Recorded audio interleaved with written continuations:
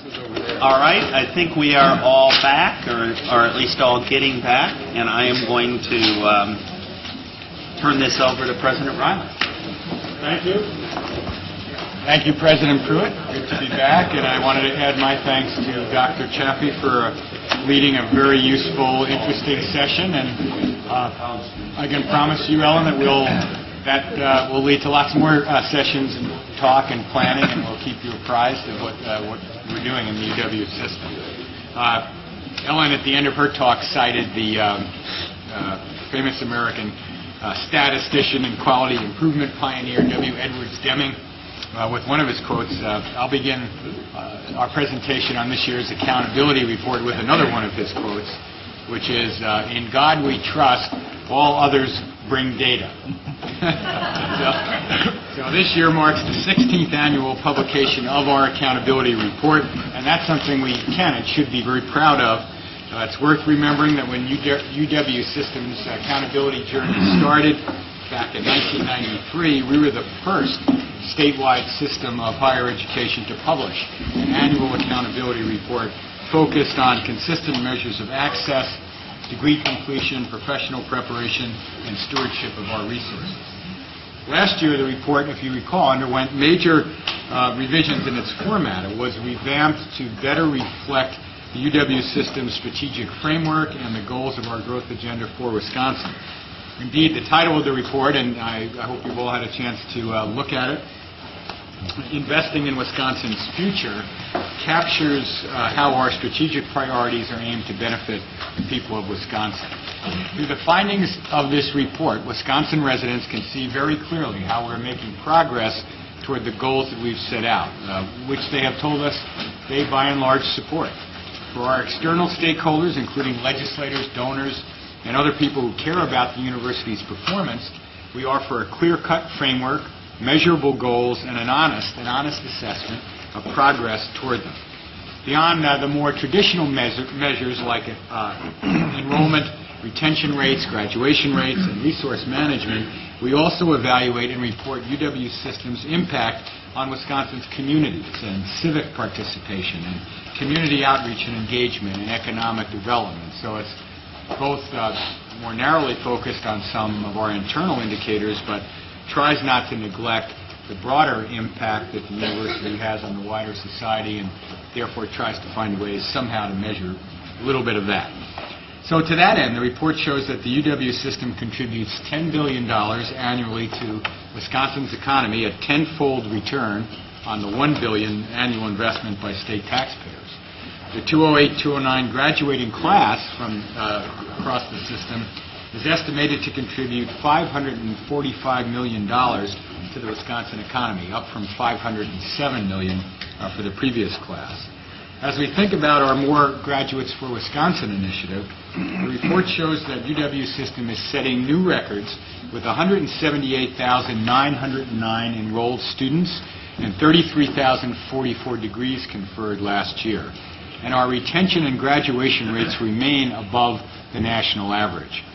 Unfortunately, the report also shows that while students of color are enrolling in larger numbers, retention and graduation rates for these students continue to lag those of white students. As part of broader efforts at transparency, we want to communicate clearly about what we're doing to address areas where we did not fully meet our goals. When we look below the top-level data about access and retention and graduation, we see some persistent gaps for students of color.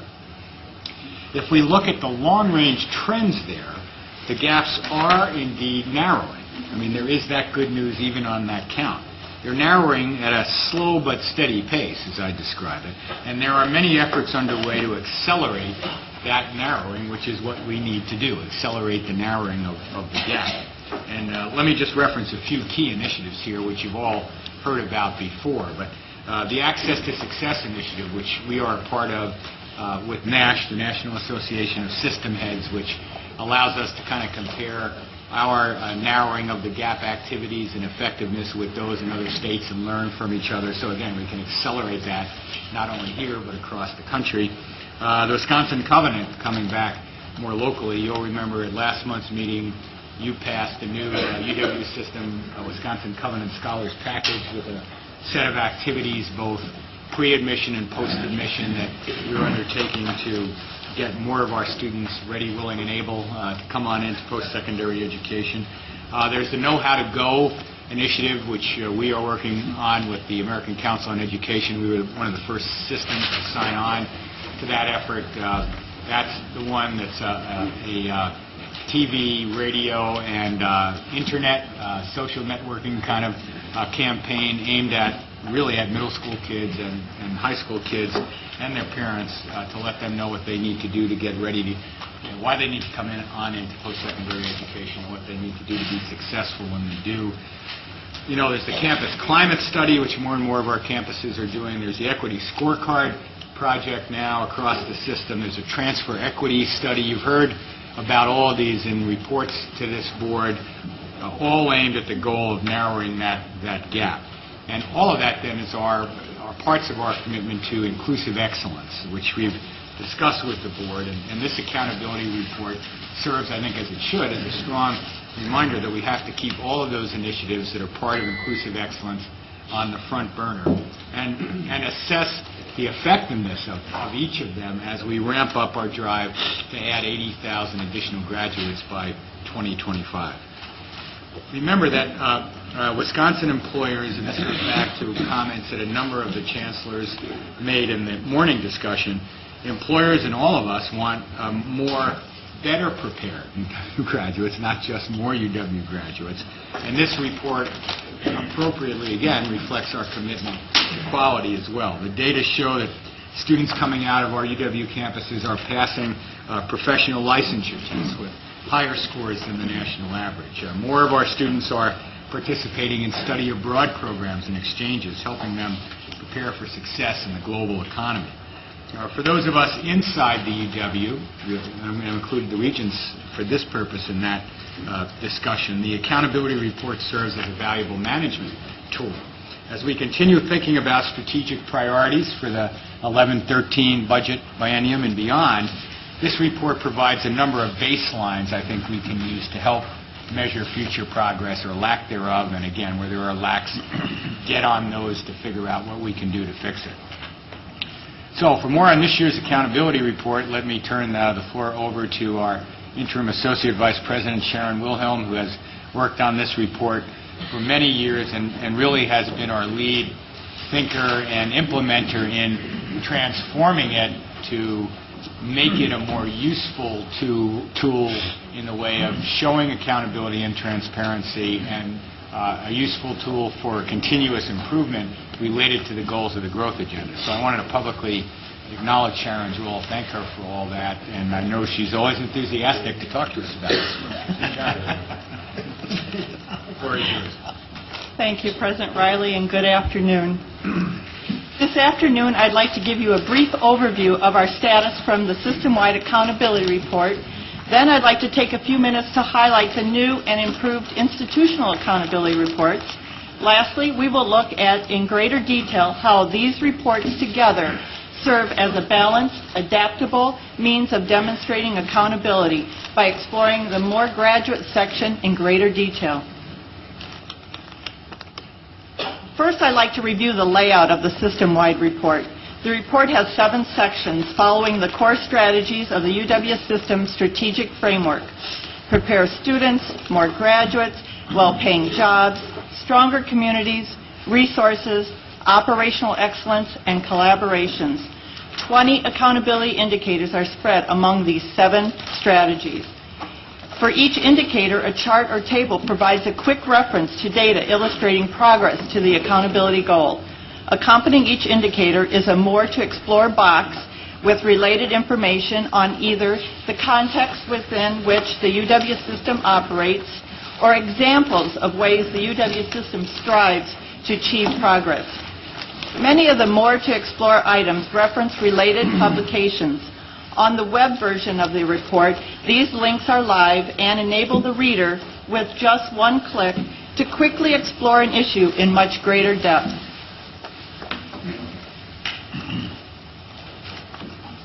At the front of the report, on Roman numeral pages 3 through 5, is a status grid summarizing the UW system's progress on each indicator. Progress is marked by either a plus sign indicating the goal for the indicator was achieved, a minus sign to indicate we did not achieve that goal, or a combination of a plus and a minus indicating mixed results.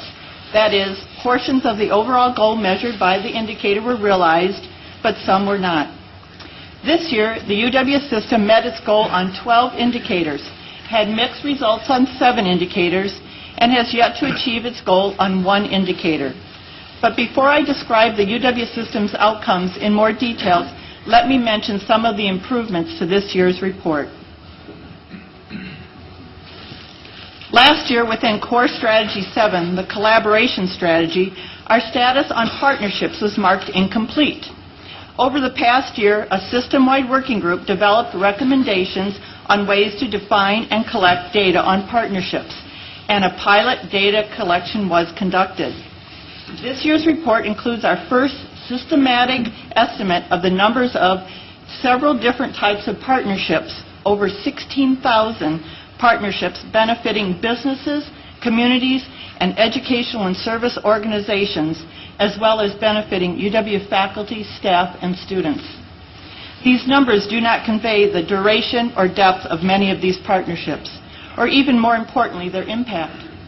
To address these dimensions, the report includes many examples of partnerships in the More to Explore sections. The second major improvement to this year's report is in our assessment of how well we prepare students. National research shows that students who have certain types of college experiences, such as conducting research with faculty member, taking a course with a service component, or living in a resident hall designed as a learning community, show greater gains in critical thinking, practical skills, and personal and social development. This year, our accountability reports include data on these high-impact practices that improve student learning. In addition to these changes, data and text have been updated throughout the document to reflect the most recent available data. There is much good news in the report. The UW system continues to provide educational experiences that prepare students for future careers and for civic participation both in our communities and our global society.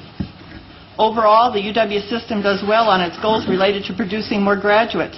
It continues to provide access to 32% of Wisconsin's high school graduates. Retention and graduation rates are above national averages, and both enrollments and degrees conferred have increased. The UW system continues its operational excellence with administrative costs well below national and state averages. From a student perspective, the average credits taken on the way to a bachelor's degree remain at low levels, providing savings for students in time and tuition. And students have additional choices of several new collaborative degree programs. Each of these new programs will enable students to draw on the resources of more than one institution while pursuing a single, seamless path to their degree. Despite these achievements, some challenges remain. While there has been progress overall on our goals related to producing more graduates, the rates of access, retention, and graduation for most students of color remain below those of white students, even though enrollments of students of color have increased in both absolute and percentage terms. Energy use by UW system facilities has yet to meet the state's goal of a 10% reduction from fiscal year 2005 levels, although the UW system's reduction was greater than that of state facilities overall. Now I'd like to turn your attention to the 15 institutional accountability reports provided in your materials. These reports have been redesigned with campus input to align with the UW system strategic framework and the system-wide report. The new format gives institutions more opportunities to demonstrate accountability while conveying their distinctive character. For example, on the first couple pages of the report, institutions were asked to tie their unique mission to the broader goals of the growth agenda and to provide their own assessment of their progress. For the body of the report, a page is devoted to each of the 7 core strategies. Progress on each strategy is assessed with common measures that mirror the system-wide report and also with institution-selected measures that reflect its specific mission, strategic plans, and efforts to improve. The institutional reports, by having a balance of common and campus-specific indicators and by having campus text and images within a common look and feel, represent a partnership among UW institutions and UW system administration. Taken together, the system-wide and institutional accountability reports serve as a broad, balanced, and adaptable means of demonstrating our shared accountability. I would like to illustrate this flexibility by using the more graduate section of the reports as an example. Our progress on Core Strategy 2, the more graduate strategy, is measured with 5 indicators. Access, which includes the participation rate of Wisconsin high school graduates immediately enrolling in the UW system. Enrollments, retention of new freshmen to the second year, graduation of new freshmen within 6 years, and the number of degrees conferred at associate, bachelor's, and graduate professional levels. Details for each of these indicators by race, ethnicity, and low-income status is provided where available as our national and regional comparisons. As you heard at last month's board meeting, UW institutions are currently developing specific plans of how to increase the number of undergraduate degrees by the year 2025. Institutional plans include goals for the number of degrees conferred, improvements in retention and graduation rates, and changes in enrollments. These plans could be reflected in future accountability reports. For the sake of time, I'll focus on just graduation rates and degrees conferred. Here is how degrees are currently presented in the system-wide report. Additional detail by students of color is also provided. Currently, we state our goal as increase the number of degrees conferred each year. As institutions revise and finalize their plans for more graduates, the goal could be stated in terms of a specific number of degrees for a specific year or milestone. As with degrees, graduation rates are also presented in a variety of ways in our current reports. This graph shows our recent progress in raising graduation rates by race ethnicity to our overall targets. National comparisons, graduation rates among low-income students, and success and progress beyond the UW system are also included.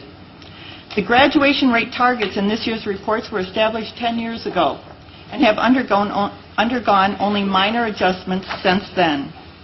As institutions move forward with plans to increase the number of graduates, we hope to incorporate those revised graduation rate targets into this report. A critical part of our accountability reporting is the additional measures provided by campuses in their institutional accountability reports. With these additional measures, institutions monitor progress on and impact of particular programs and initiatives. Here are just a few examples.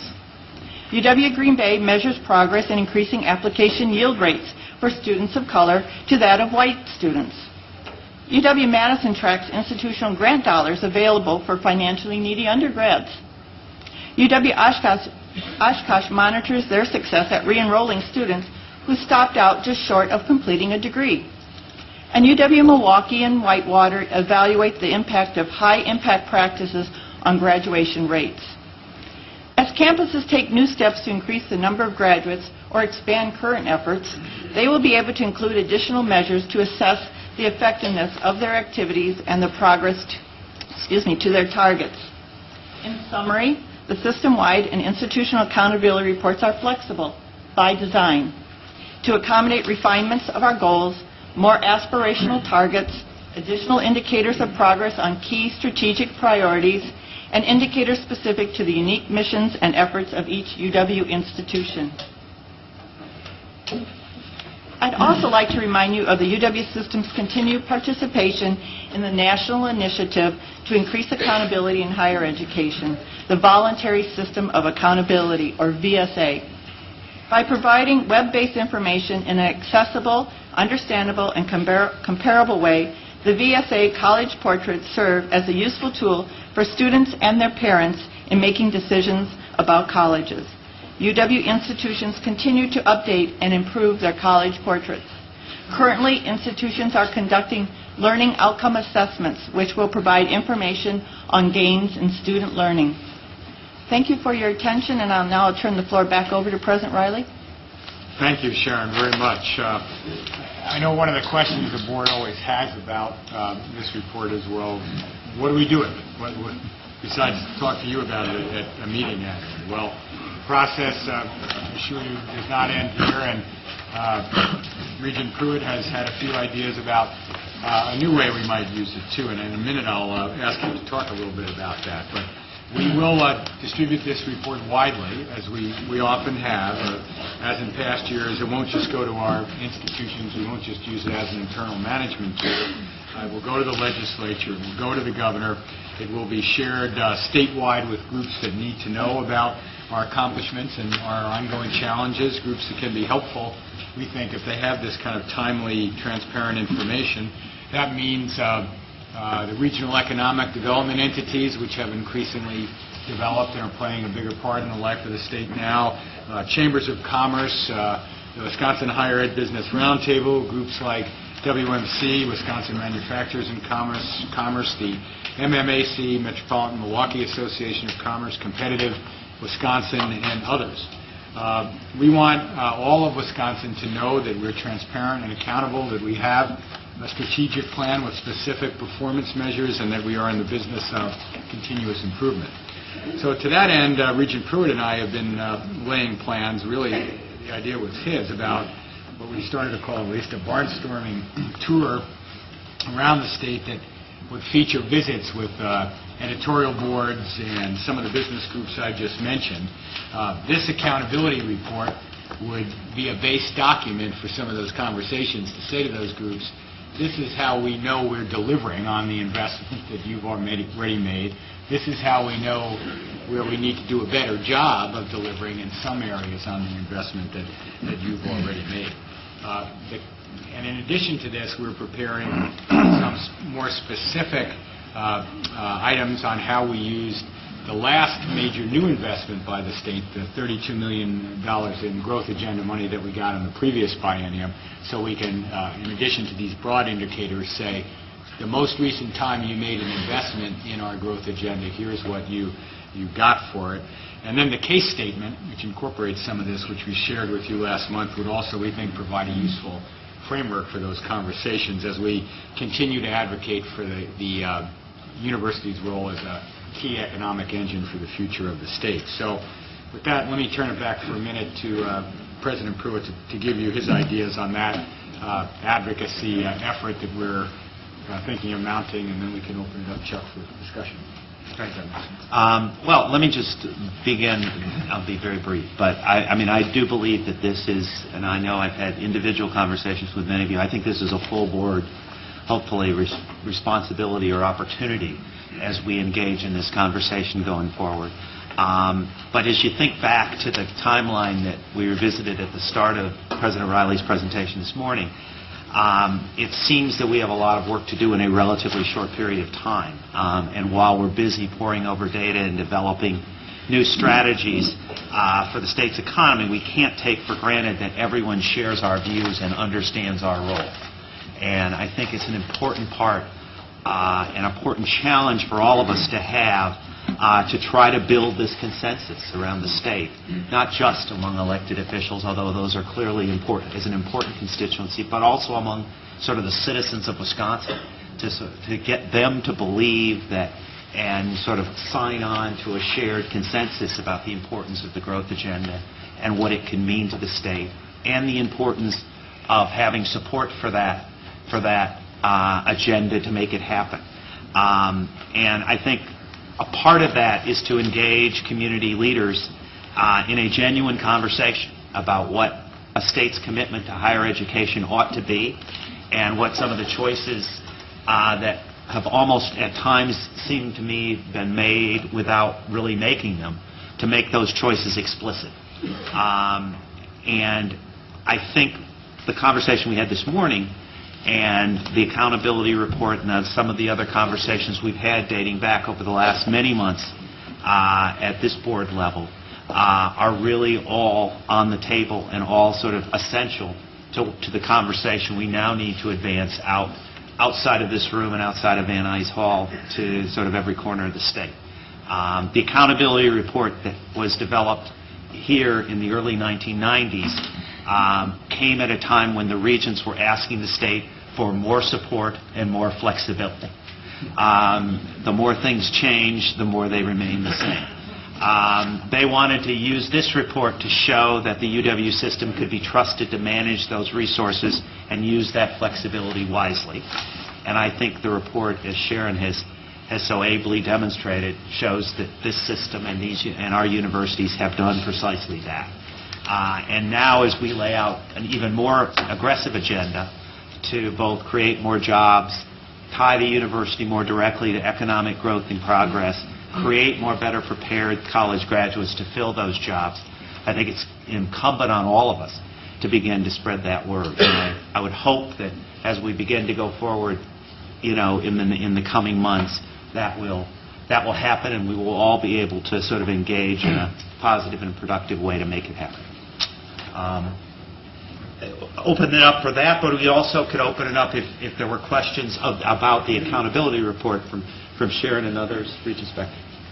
I don't want you to think I'm just flattering you unnecessarily, but I think that's a terrific idea, to get us out or get people out and around and engaging with communities and local leaders and everything you described. I think it's a great idea.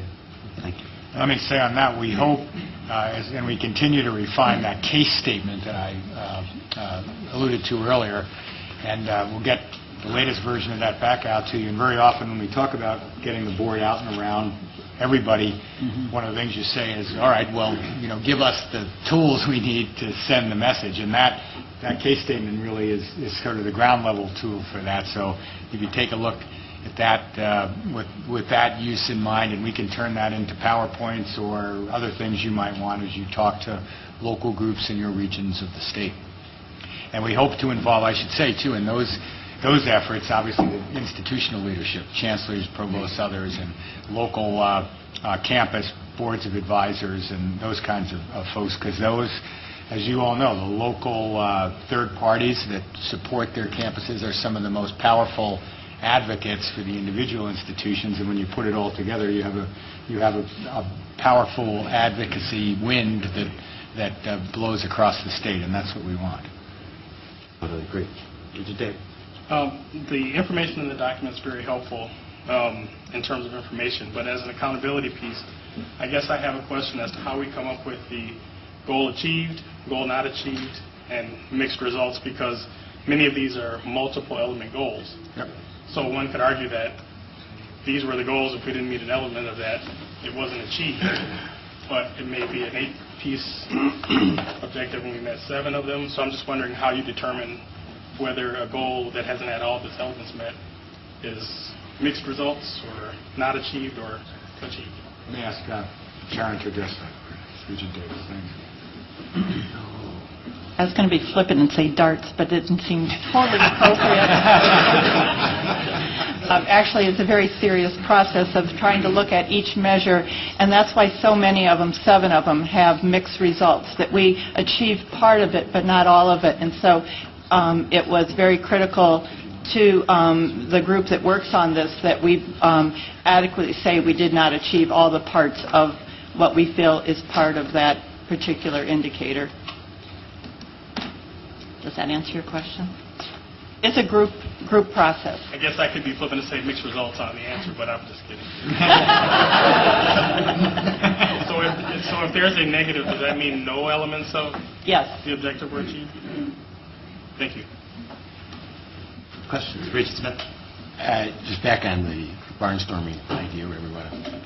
I really think, again, it's a good idea. I think when it's happened before, whether it be Kevin or whether it be the board president come to La Crosse, I look forward to spending time with you there when it comes to Eau Claire with Aaron and Ed, and I think that's great. I think, again, and I mentioned it earlier, that I think it's especially the timing for the budget, but also because of the election.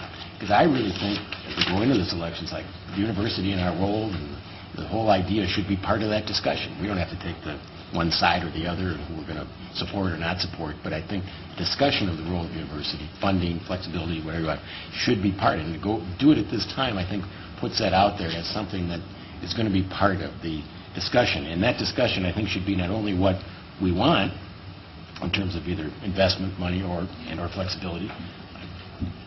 Regent Walsh is gone now, but I'm still going to argue that that's going to be part of the discussion. But also what we have and what we will deliver. It's got to be something, we've got to offer something in return that, yeah, we want money, we want flexibility, but here's what we're willing, here's part of the deal, the partnership, here's what we're going to do. What we've done in the past, accountability is important, but here's as going forward, here's what I think we're going to do. So I look forward to that. Great. Good points. Regent Crane. I too think that I've been thinking about the fact that it was time for another time when we have more outreach out in the state, and I think all of us want to and need to be a part of that, because I think that is important for the responsibility of all of us, and this is a good time. One way is I've now been here a number of years, and we've talked about this report, and it wasn't until I was looking at it this year that I thought about this area of critical thinking, and the fact that in comparison to all the other, I think all of the other components of the strategies, it seems to me that's harder to know how well we're doing in that, and how important that is. In fact, it's maybe more important than anything else that's in here. And as I understand it, what we do with that is self-reporting on what people think they got out of their education. And I just would like us to think about how we really know how well we've done. Think critically about that. I'm trying. Can I respond to the source? Okay. The source of that information is the National Survey of Student Engagement, which is a very widely used and reported on instrument.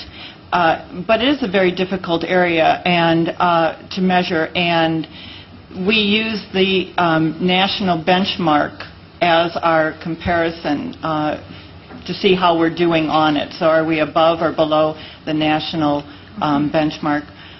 But also there is as I mentioned, through the student learning outcomes assessments that are going on the campuses right now to try to measure the learning that's going on too. So hopefully in the next year we'll be able to have more than just one metric or a couple metrics under that particular indicator.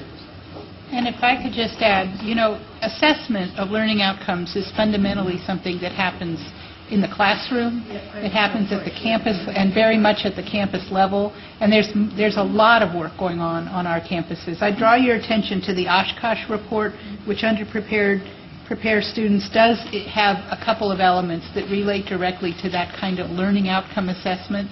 And I think that Sharon's right. We need to find some way to capture that more.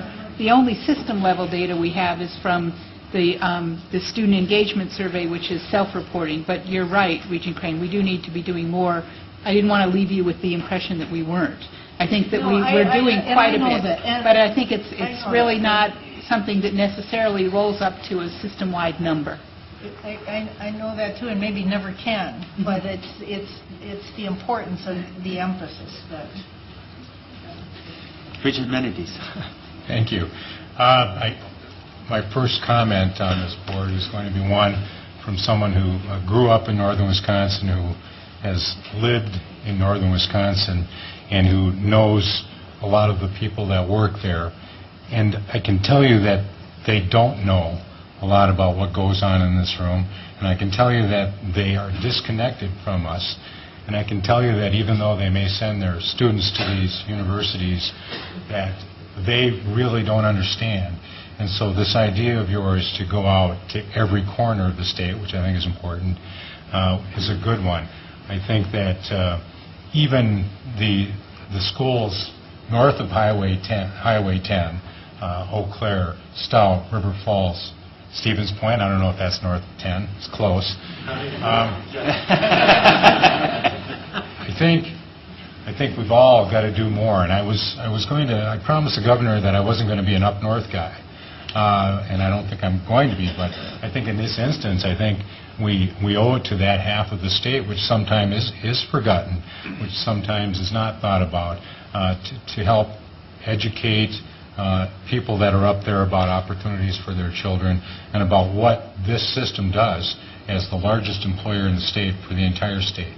And I think that will go a long way with helping maybe elect someone in that part of the state that is supportive of this institution and all of this massive amount of employment and construction and educating students and everything that is this university. And so I think that's a great idea, and I'll volunteer to be part of it. That's great. Thank you. Regent Bradley. I would just offer an additional idea to the tour. In September, we're going to have 2 people running for governor, and they're both going to be talking about well-paying jobs, and they're both going to be talking about stronger communities. And I think the data is pretty clear in a 21st century economy that you're not going to achieve those goals unless you also have a strong higher education. So I would offer that there would be a briefing offered to each of the candidates separately, and to get rid of all the Republican, Democrat stuff, call upon a couple of our former regents, get a good cross-section, people who have continued to stay informed in what we're doing, and offer to brief each of those candidates on where we are today, where we're trying to go, and hopefully they would conclude that they're not going to be able to achieve the goals that they're out there talking about on the campaign trail without us working with the state of Wisconsin. That's a great idea. I appreciate it. I would also just like to let you know that we have begun some outreach to former regents as well on other issues, but related to this whole concept. But I think you've laid out a really important and outstanding suggestion of one specific way we could use that sort of broader network, because this is a bipartisan agenda and issue going forward. Regent Loftus. A question for Sharon. There is a graph here.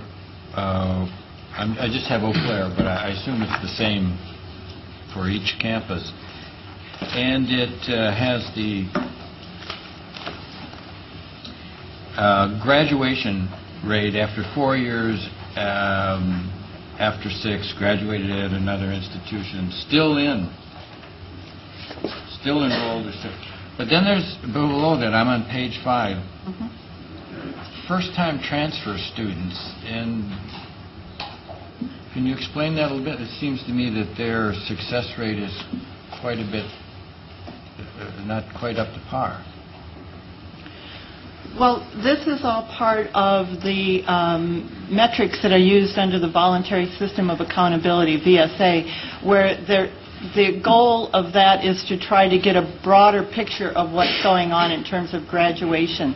So it's, typically an institution knows if a student graduates from their own institution. Because we're a system, we can say, well, did the student graduate anywhere in the UW system? These metrics take it further to say, did the student graduate anywhere, or are they, across the nation, and are they still enrolled someplace else? So they still have, they're still making progress towards a successful graduation goal. In terms of the transfers, it's just monitoring transfers opposed to the new freshmen. So that first-time transfer indicates that of the students who transferred to Eau Claire for the first time, no. I assume they only do it once. Those students fare less well? They don't fare as well? Well, I think that one of the helpfulness of this is that transfer students can take a little longer because they often come in and change a major. They're not maybe acclimated to a 4-year baccalaureate campus. For a variety of reasons, they could be taking longer to pursue their education. So, but yes, they are not graduating at Eau Claire at the same rate as new freshmen. Now, at some institutions, the gap isn't quite as wide. Doesn't that contradict some of the other information we have about transfer students? Would the provost at Eau Claire want to? Well, I'm not address that? picking on Eau Claire. I've done that already. What's occurring to me in regional offices, you may be thinking of what we've said before, and again, people can correct me here if I'm wrong, but that generally speaking, the students who transfer from our 2-year campuses generally do very well at the 4-year campuses. And I think the do very well often is they graduate in large proportions. Their grade point averages are good or better than the native students. It doesn't necessarily mean they graduate more quickly. And they may have some issues coming in as transfer students that require them to take a little longer. Now, part of the whole transfer effort is to make the transfer as seamless as possible and not make them take courses unnecessarily by virtue of transferring. But in some instances, some of them will have some gaps they'll have to fill when they get to the 4-year campus, and that will likely postpone their graduation time. I think we've regional gotten data before from the technical colleges that said when the students who transferred from technical college to various of our schools have done better in many ways than those who started at the school. But Maybe that's Regent what Loftus, about the rate. I think what you're addressing here is not the time to degree, but the overall success rate. So if you look at Eau Claire, Success rate is less. 92% of those students are 4 years later are either have completed or are still in school, and 4 years later for first-time transfer students, we've lost 26% of those students. They're gone, and I believe that's what you're I wish I would pointing put it to. that way. Okay. All right. How did that happen? I want to draw your attention to the difference between that chart on page 5 for Eau Claire and the same chart, page 5 for Parkside. Because I think what this says, and if you look at the Parkside report, you'll actually see more of the transfer students are successful than the first-time students. I think this has to do with the nature of the student body. At Eau Claire, you have highly selective, very, very, high-level students coming in, very high success rates in terms of retention and graduation rates. At Parkside, you have a student body with many more challenges that are not quite as successful as first-time students, but as transfer students are really seeing greater success. So I don't think you can look at just one of these and see the whole picture. I think some of this is institution-specific, and I think one of the beauties of this report and of the standardization that we have coming out of the voluntary system of accountability is it gives us the opportunity to look at different schools, understand the value that they're adding, and the kind of success that different kinds of students have in different places. Well, okay. But it- So what if but- you didn't compare Parkside and Eau Claire? but Compare transfer Parkside students- and Oshkosh. transfer The transfer students look better at Oshkosh. Transfer, Part of his point. that's part of my point. Transfer students are more successful on some institutions, not necessarily only because of what's going on at the institution, but because of the differences in the demographics of the student bodies in both groups coming in. The other thing that I would say is that transfer students, just by the nature of the way we think about them, are part of that swirl. We're seeing more and more that many students who are graduating with not 1 or 2 transcript institutions on their transcripts, but 4 or 5. They bounce in and out. And so a transfer student, somebody who has stopped out, is now coming back. There are lots of different challenges and issues there, and they, in some cases, don't stay and aren't as successful, and that's part of the challenge that we have as we think about the More Graduates initiative, is how do we create the environment that will hold them and create a successful outcome for them that will get them to degree, not just back into school, but all the way through to a degree. Could I add something to Rebecca's remarks? Regent Loftus, if you look on page 13 of the system-wide report, you can see the comparison at the system level of new freshmen versus transfer and their six-year graduation rates, and they're very comparable. So I'm just stressing the point that Rebecca made, that when it varies by institution, and when you look at it as a system, the difference isn't that great. Well, we're keeping this statistic, so we assume that it's a measurement that this should get better. That is our intent. Other questions, comments, concerns? If not, I will then. yes, Regent Davis. Uncharacteristically of me sometimes at these meetings, but I want to just read my remarks because they were there from in here. So I think that the fact that I accidentally left my accountability report materials at home may be telling actually. I'm tired. I'm tired of talking about diversity. I'm tired of failed strategies. And most importantly, I'm tired of the lack of accountability with consequences for the failing to close the achievement gaps for students of color over the 7 years that I have been on this board overall. I sometimes wonder whether the results are a bottom line reflection of our not holding ourselves accountable across and within the UW systems ecosystem, including at the Regents level. The lack of urgency is simply appalling. How ironic to call these results the accountability report, since if we look at the presentations that have, and the discussion for that matter, they lack answers. Why? They lack analysis and they lack remedies.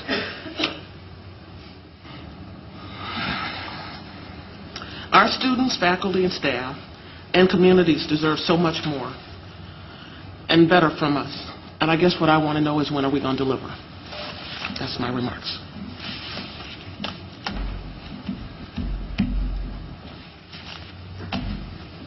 There you go.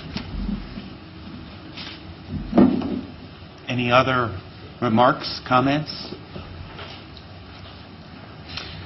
Regent Loftus. Well, thinking of the Ohio example, I mean, that would be a measurement. Say more? Well, they're going to change the funding. And the essence, the reward is success. Right. Where the money goes, Right. that's where the effort will go. Right. Sharon?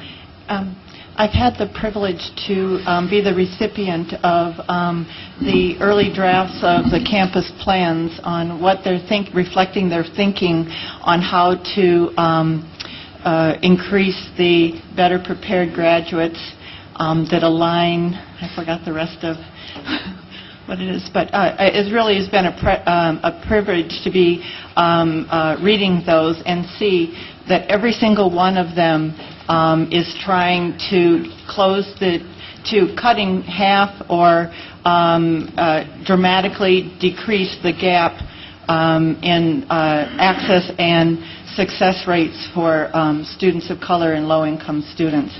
It is a part of each one of their plans, and I think it really demonstrates the urgency and the priority going forward. Well, because I can't leave that, since I've been here, we've had plans. Every campus has had plans. I look forward to these plans that you're describing delivering some different results. I think, if I could speak to that, the way I see these plans differently is that we're not there yet, but we're working with the campuses and will be over the next 6 months to develop these plans in such a way that they have metrics, that they've got delivery strategies, that there will be metrics that we will be following, and where we intend to track them, and where we see that they're not working, we're going to be asking questions. We're going to be talking about how can we create a better resource to intervene to get the strategies on track. And within the overall goals for 80,000 degrees are very specific goals for, as Sharon said, these are the Access to Success goals, where we're joining with systems across the country and trying to figure out how to deliver on the goal of cutting the achievement gap in half by 2015 for both access and graduation rates for students of color and low-income students. So my view, Danae, is, first of all, I share the frustration that you have in terms of our lack of progress. I think that we're taking a different approach this time. We're not just saying we're going to do better. We're trying to put some specifics behind that, and that we, I believe, have the opportunity to really see some change. And I think that we also will be putting a system in place where we will be looking very closely at those areas where we're not seeing change, and not waiting 5 years or 10 years to say, gee, we didn't make it, but looking at that, on a regular basis and making that part of the work that we are doing here at the system level. I guess I'd like to start by saying I agree 100% with what Regent and Davis said, and I've really felt that way since, I think, 1988 when I was a freshman in college and the first Design for Diversity came and went, and all the subsequent plans. And one of the reasons I'm frustrated by the report and raised the question that I raised is, if we don't acknowledge that we haven't succeeded at this, the urgency to fix it isn't there. And to say mixed results when you fail to achieve the stated goal is, to me, the problem. So I just wanted to sign on my support and agreement and say that if we're going to be serious about doing better at this, we need to acknowledge where we're not succeeding and figure out strategies to correct that, and be honest about how we're going to get there and if we got there. Thank you. Richard Crane. I think that I want to honor the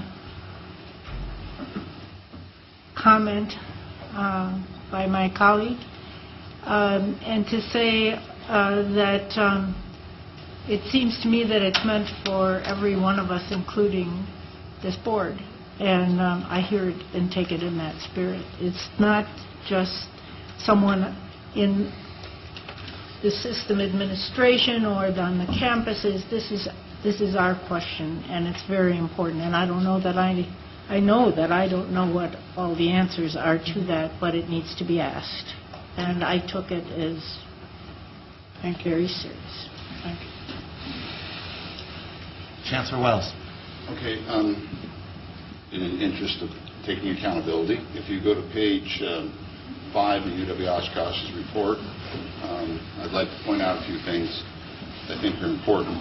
I can say overall, I'm very proud of our campus and how this report comes out. There's a lot of really good news, a lot of tremendous hard work, reuse of precious resources, but I still remain very disappointed in our lack of the kind of progress we'd like to have in closing the achievement gap.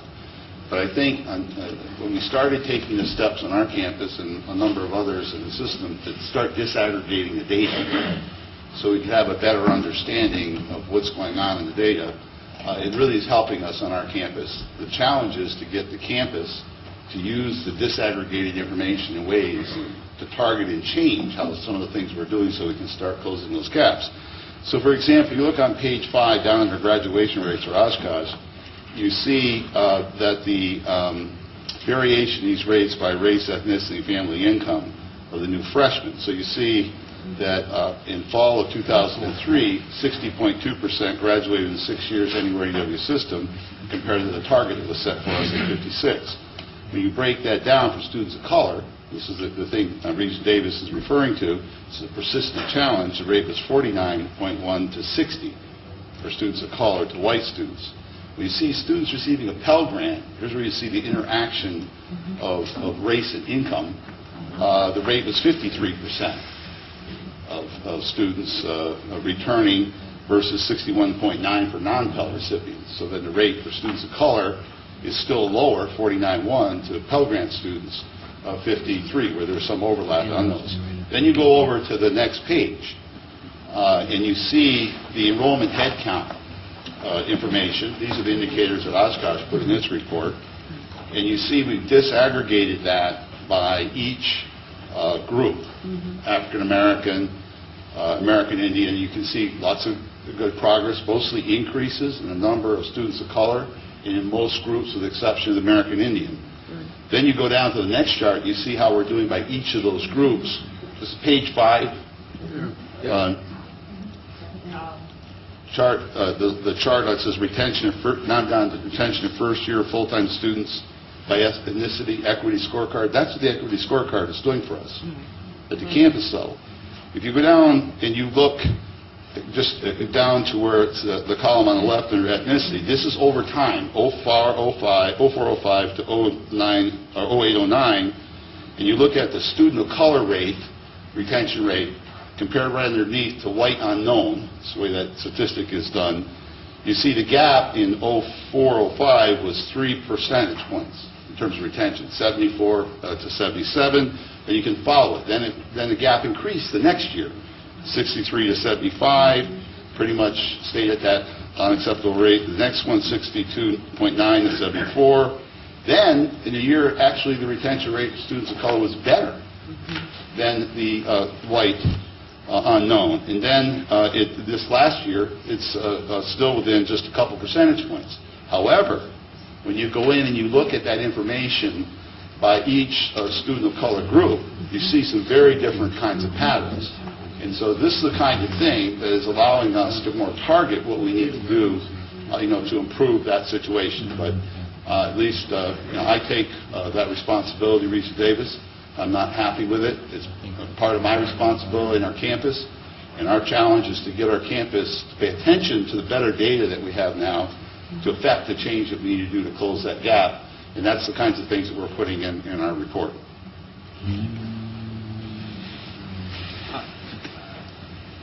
Regent Vasquez.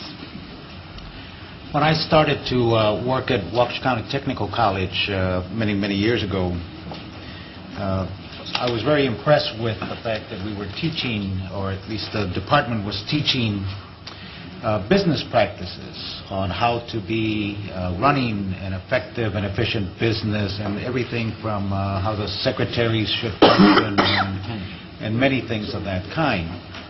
And yet I was very surprised that as I was walking around the college and it would come down to our own way of practicing, I would find that some of the secretaries were scribbling notes on little pieces of paper and doing all sorts of things. And the conclusion that I came to was we seem to be doing a very good job at teaching others how to do, but we ourselves are not doing it.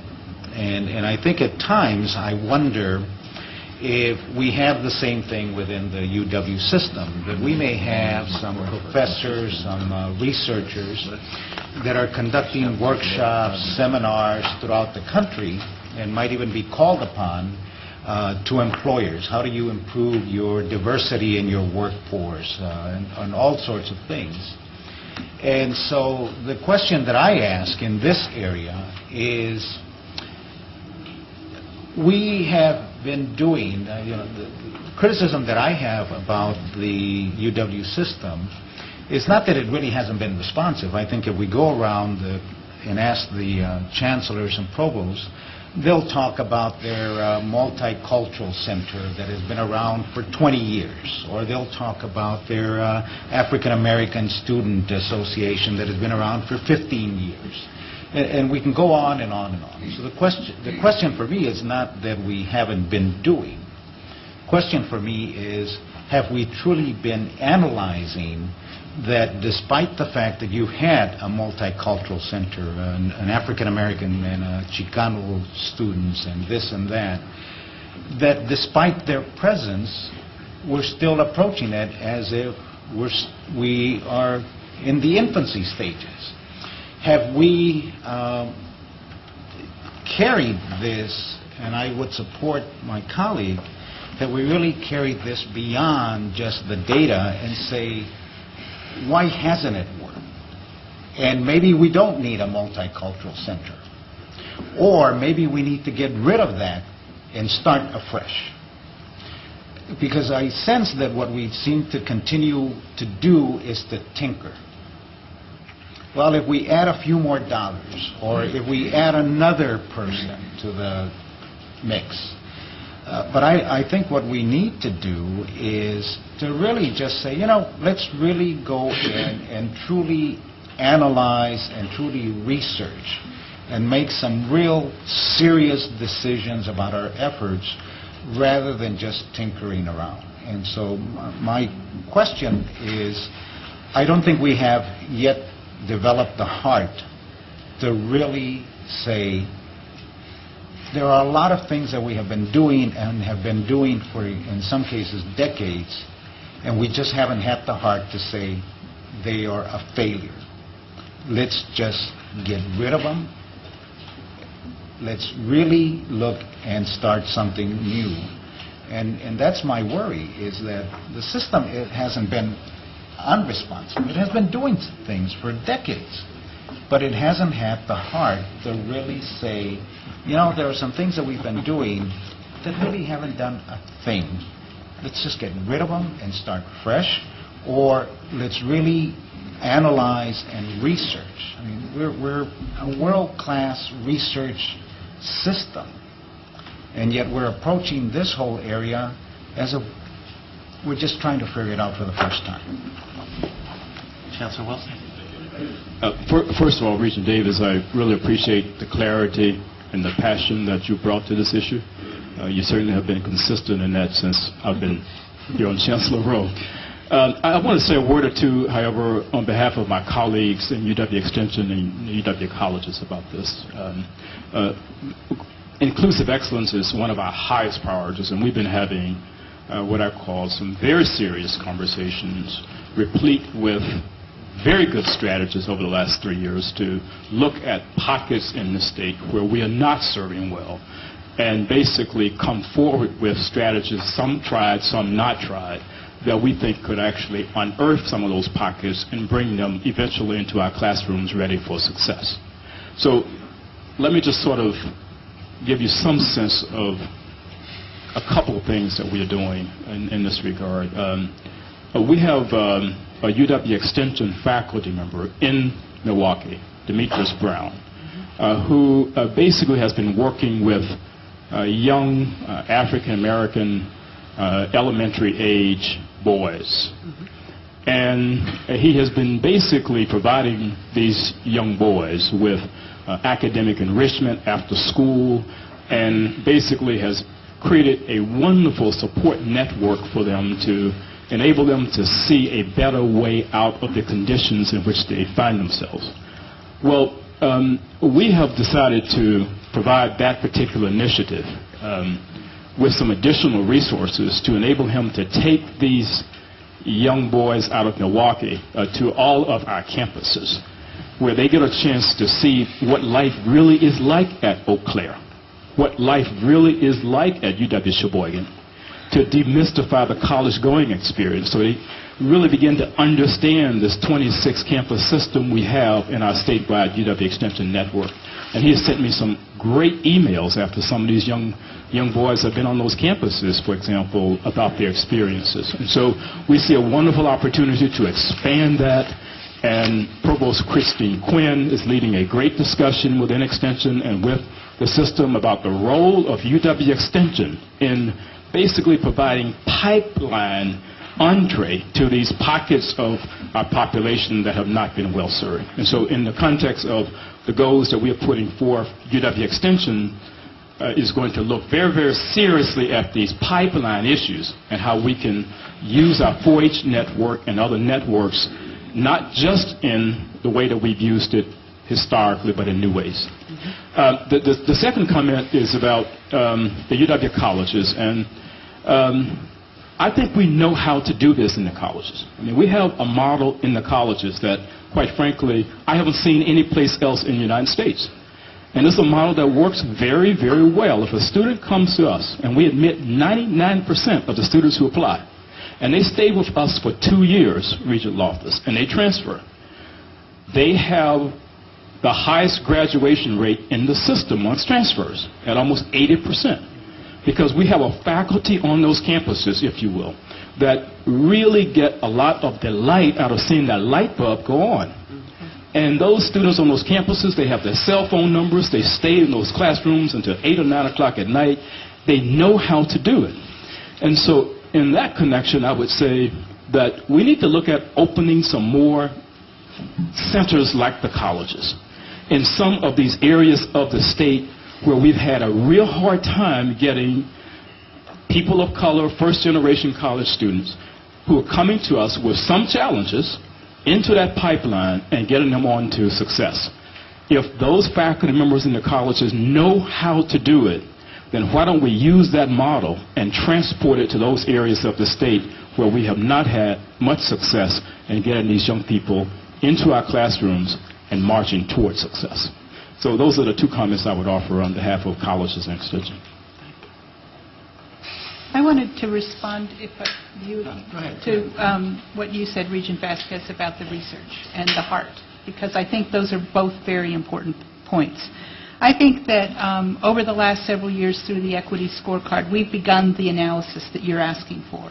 And on some of our campuses, we've learned quite a bit about what's not working and begun to answer the question of why it's not working by looking below the lack of success for students of color and trying to understand what's going on with specific populations. That has revealed, in some cases, some very difficult findings. And I think that some of our chancellors have really picked those up and do have the heart and have started to make some changes that I believe are going to yield success. I don't think that has happened all the way across the whole system. And I think that we've got a lot of really important information that coming out of those projects that we really need to figure out how to get into the fabric of the decision-making that we're doing in our institutions. I think through the work that we're doing with the Inclusive Excellence, as well as the work that we're doing on the more graduates initiatives, we're going to surface more and more of those issues. And we've asked specifically that the equity scorecard findings be incorporated into those plans that in both cases. And I was really pleased to see equity scorecard findings being surfaced and highlighted in some of the institutional level reports here. And I'm looking forward to seeing more of that as we move forward. If I could just follow up. And this is partial response to Chancellor Wilson. My biggest worry is not bringing students of color onto our campuses. My biggest worry is, are they graduating? And this is something that I always say over and over and over again, and I just said it earlier this week in Whitewater. University education is an either-or. Either you graduated or you didn't. And don't tell me how many years you went to college, but you didn't graduate. Because in the end, it doesn't matter. So my biggest worry about all of this discussion about students of color is, are we getting them to graduate? And I'm speaking much more fearful about students of color that don't graduate because of the feeding into those horrible stereotypes. There's another example. They tried, they didn't make it. It just feeds all of those stereotypes. And I'm much more worried about that when it comes to students of colors than to majority students, because majority students will always have, at least for the foreseeable future, other avenues available to them, even though they didn't graduate from college, that those opportunities will not be available to a student of color who says, well, I went just as many years as this white student did, but I didn't graduate. And my sense is that that white student that didn't graduate is still going to get further ahead than the black student, than the Chicano student, than the Native American student. So my interest is, what are we doing to graduate, not just simply bringing them into the system? Let me identify with the comments from Regents Davis and Vasquez and things that have been said by other regents and colleagues here. And I think, Jose, look, we're disappointed that we're not closing the gap more quickly, and we have to keep on this very, very tightly. I think through some of the discussions today we've had at Diversity Council have been particularly helpful, I think, to some of us. And I think part of what that's done is to get us to things like focusing on, the equity scorecard, the climate study that we're doing now across the system, and the transfer equity study, and some of those other efforts that are really, Jose, data-driven, back to the Deming quote. And I think we are at a flip point. I hope we are at a flip point where we're getting much better data on what works in this area and what doesn't. Because it's always easier, quite frankly, to, like in any other situation, to respond to pressure and say, oh, we're going to put up a program. But we've had a lot of these programs up, and they're not, as a collection, having the kind of positive effect any of us would want. Now, why not? Now, the data we're collecting through the equity scorecard, through the climate study, through the transfer equity and other efforts, hopefully will have us making much more informed decisions about what we need to do in the future, what we're doing wrong now, and what we need to change to make better, what we need to stop doing, maybe, as you were suggesting, and put the resources somewhere else so that we'll come at this more intelligently, not just out of goodwill. Goodwill is great, but it doesn't always get you to graduation. What's stopping the getting to graduation in larger groups? Do we really understand that? And once we do, are we taking down those barriers that are getting in the way? Now, I think we're kind of getting to the data where we hopefully understand more of that, and then the hard work of getting the barriers down is there to do. So I just want to pledge to all of you that we will redouble our efforts in this area. I hope we will not just redouble them, but have them more intelligently targeted based on hard evidence about what's working and what's not working. And let me say, back to your comments, Jose, one of the tricky parts of this is if we were to say, we're going to stop doing this program. Like you said, we're not going to have a multicultural center on the campus. That's going to be a hard thing to do. And we're going to put the money somewhere else. I'm not suggesting we should do that because, there's lots of good things to be said about multicultural centers. But if we're really serious as a board, as leadership, as chancellors, saying we've got to put the resources where they work, that probably means we're going to anger some people who we say that this isn't working, and we're going to stop doing this and do this. And we're going to need your support if we get to that point to do that. Regent Davis. I guess I'd like to make a suggestion. I was going to say for next year, but I'd love to see it before next year. I think the two chancellors that spoke and talked about accountability, to me that's accountability.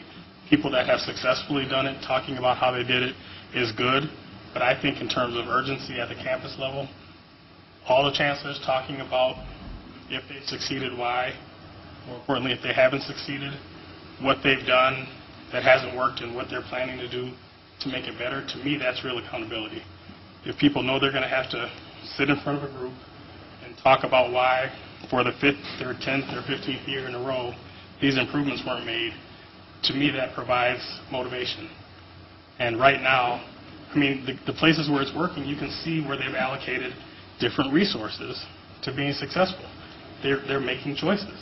And if you know you're going to be accountable, maybe you'll make different choices. Even hearing what other chancellors have done, maybe will provide some best practices that will change some things as well. So I would love to see something more structured, dealing with this diversity issue within our system at a campus level, where we could have a full accountability moment to talk about how everyone's doing and hear from each campus as to if they're not doing well, why they're not, and what they're going to do to fix it.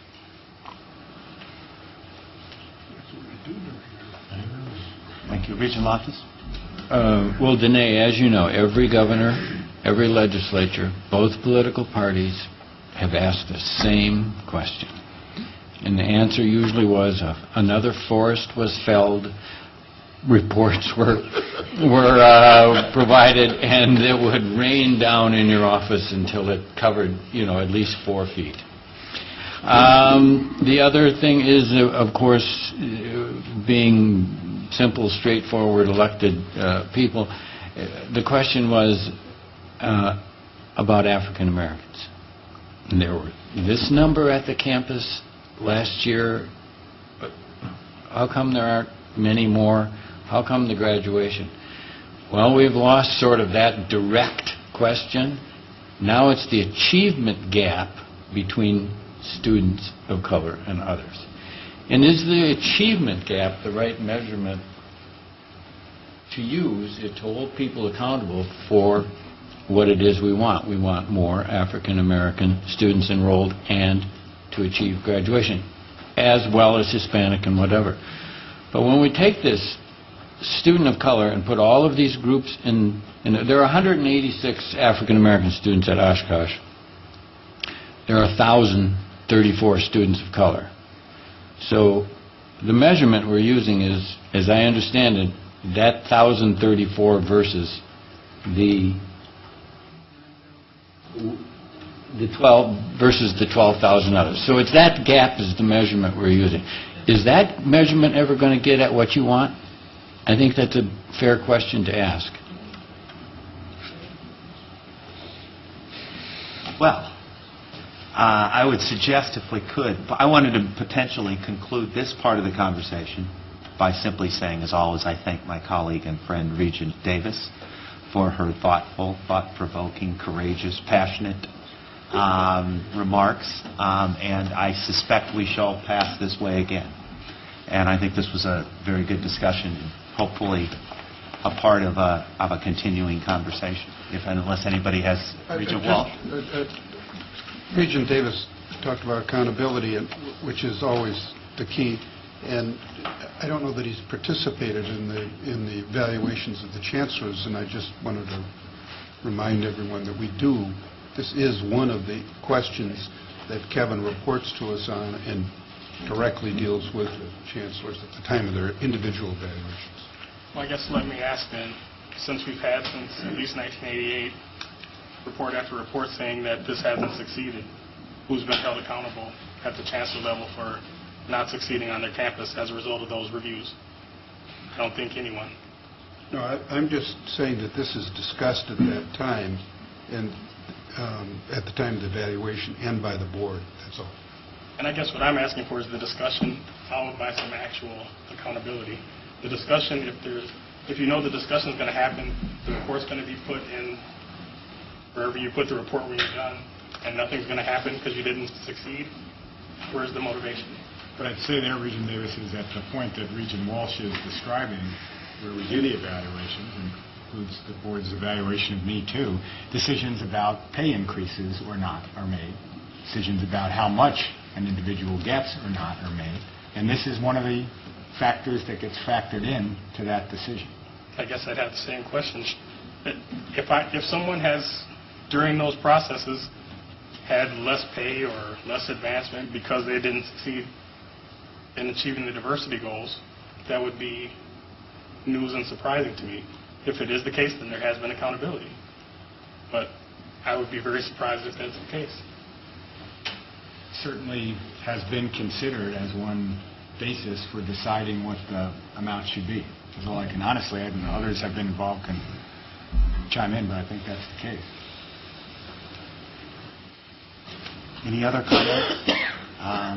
If not, I think we will move on to agenda item 1.6, which are student priorities for the 2011-13 biennial budget. I suspect the students were told to be here about 1 o'clock, and I just wanted to let them know that this is one of the things that happens at the University of Wisconsin Board of Regents. Sometimes we don't stay exactly on schedule. They're all having fun.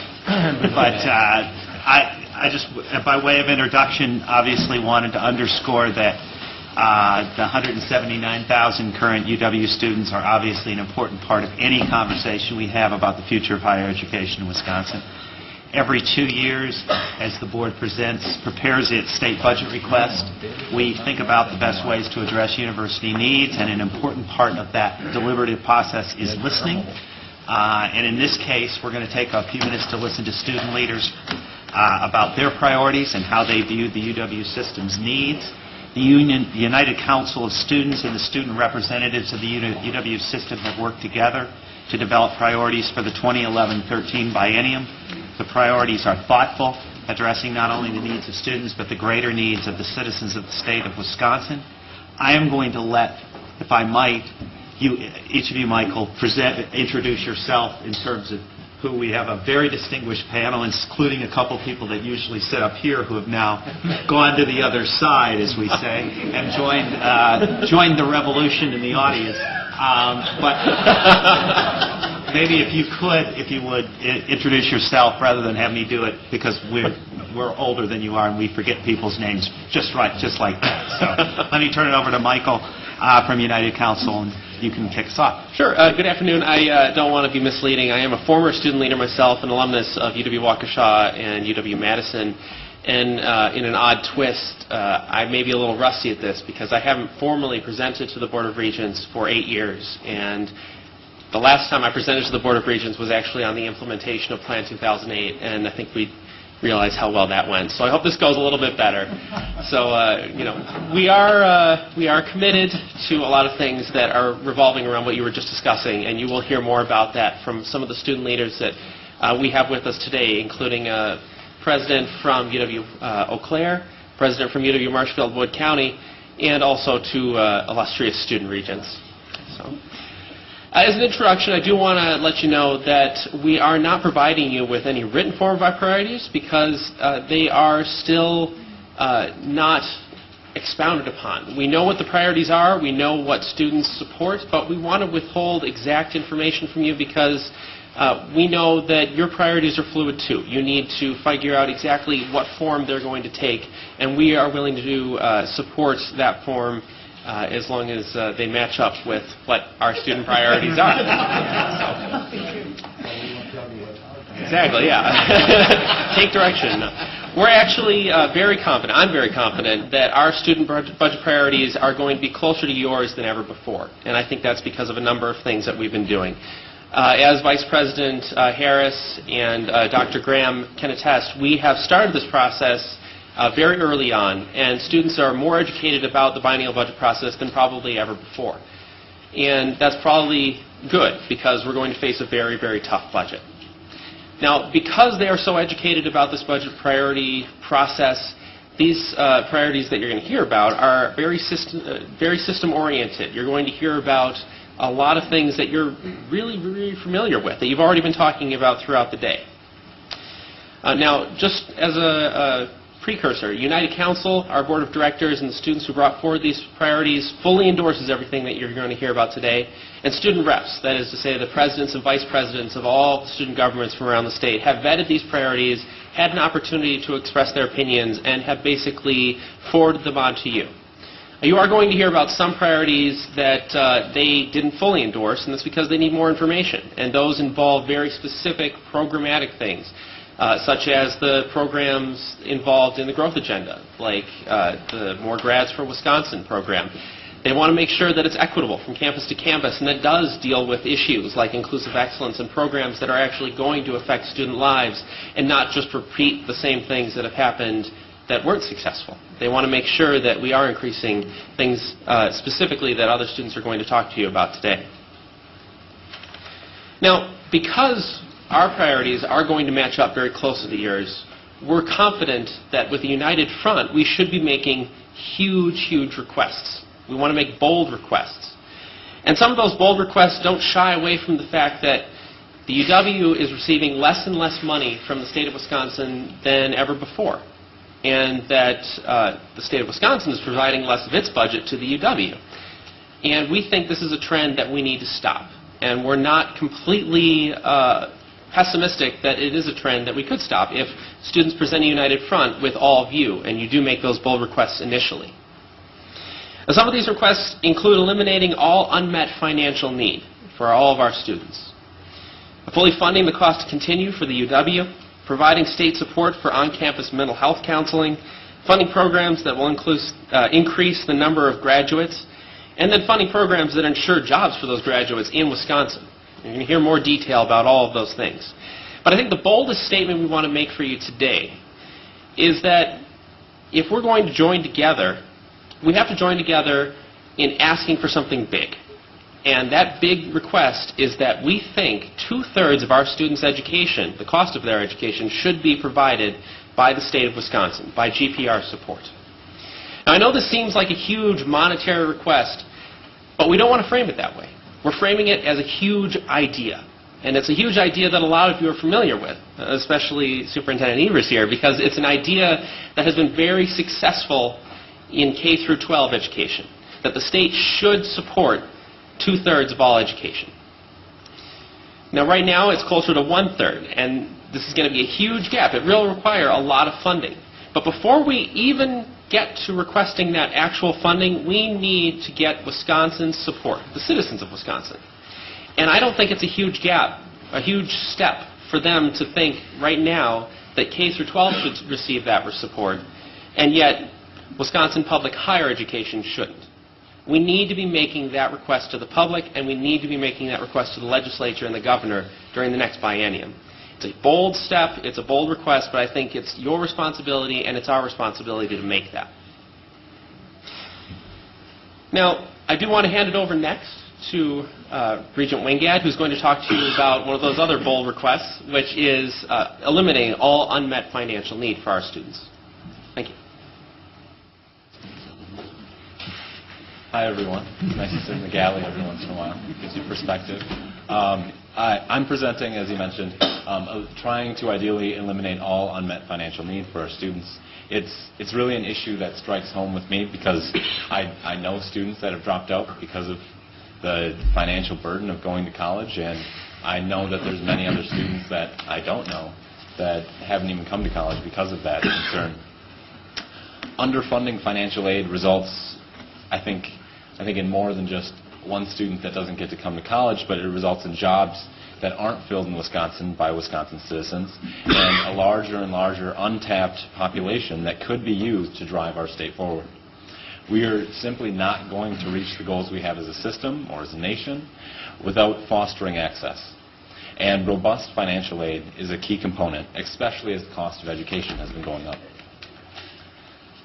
We have a lot of money flowing into financial aid right now, but we desperately need more. In 2008-09, the system students received $1 billion in financial aid. 3/4 of that was in loans, and 1/4 of that was in grants, right about. But we need more. This past year, WIG alone, 7,461 students who were qualified for a WIG grant were not given the awards. And that amounts to $800,000 that should have been given out but weren't funded. And there are many areas of need that go unmet outside of WEG. I mean, that's just one factor of need that we have. We need the state to invest more. Private donors right now outstrip the state in financial aid funding. Private donors account for 9% of financial aid, where the state accounts for 8% of our financial aid programs. We need to push for every student to have financial aid he or she needs, because when someone doesn't have access, and when entire populations are less able to receive a diploma, it makes all of our goals harder to achieve. And so that's why I think, and that's why the student body presidents and vice presidents across the UW system think that we should push for this. So that's my spiel, and I'd like to turn it over. I'm not sure who's next in the list. So.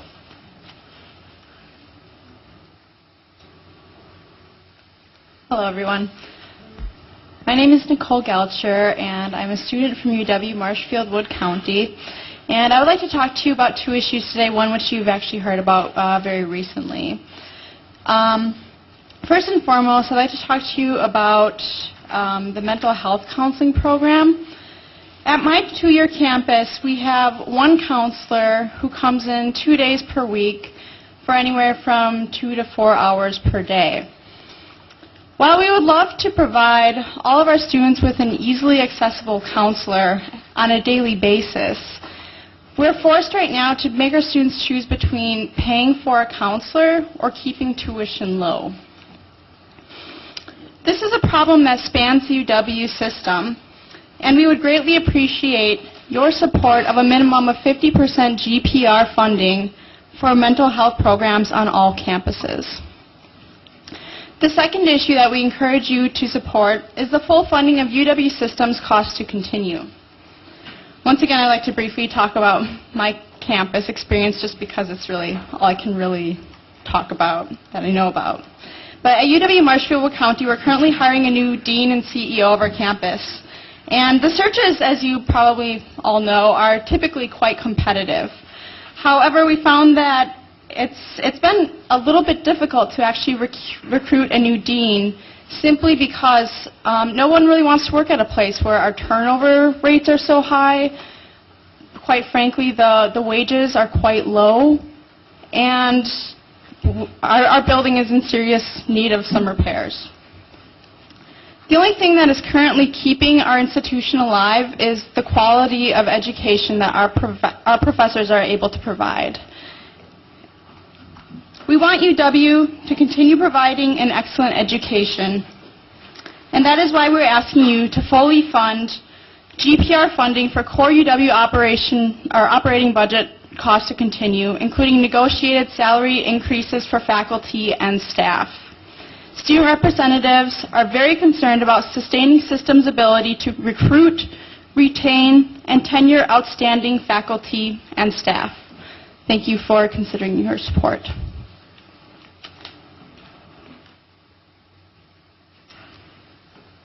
Hi, my name is Dylan Jambrick, and I'm the president-elect at UW Eau Claire.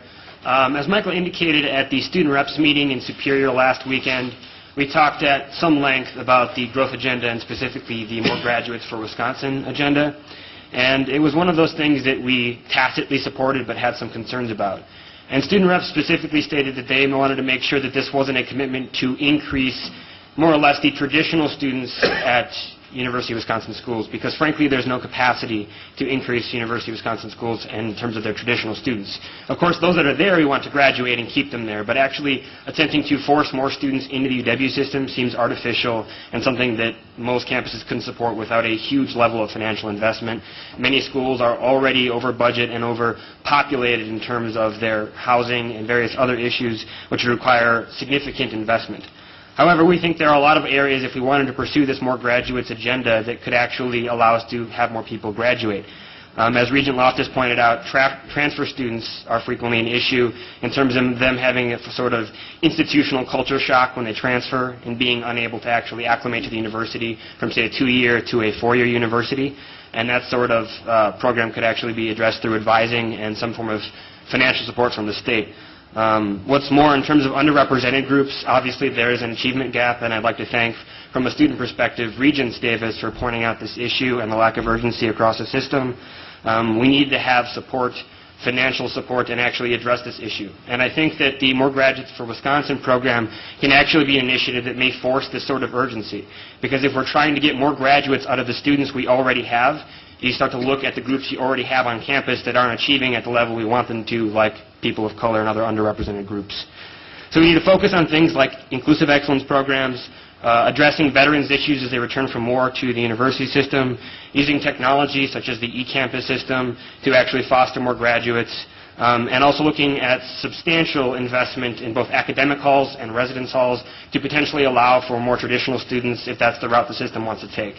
But student reps was highly concerned about basically cramming more students into the UW system instead of focusing on keeping the students we have actually graduating within 4, 5, or 6 years. So that was more or less the opinion of student reps as we met at Superior, to focus more or less on the existing students and not artificially putting more students into the system. So I will now turn it over to Regent Opgenorth. I have one last priority that we discussed at the student reps meeting, and by we I mean the student leaders. I was listening a good deal to what they had to say, and one of the things that they discussed was the Research to Jobs initiative in the UW system, and it was one of the another issue that they were really looking for some clarity on, and not that they didn't support it, but they just didn't have enough information to be in full support of it. I think some of the concerns that were brought up at that time were basically where the research would be occurring at, and some of the students, I think, notably the students at the comprehensive universities, were asking if the dollars received in association with that would be spread out amongst all the campuses and not at just the research universities. But I guess one of the reasons I really wanted to participate in presenting these budget priorities today was because I really left the student reps meeting empowered by a wonderful group of student leaders and incoming student leaders, and their ambition and drive to provide meaningful input in the budget process.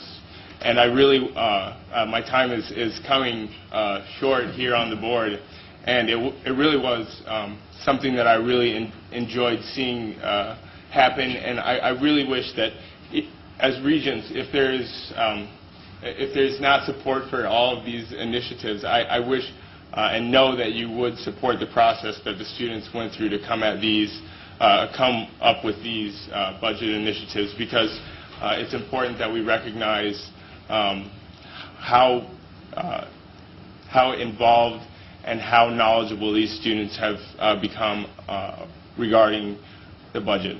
So I would ask that I support these because as a student who observed these students having conversations, I felt that it deserved my support, and I would ask that all of you consider not only the process but the outcome and support both of those things. And yes, now we're going to have time for questions and answers.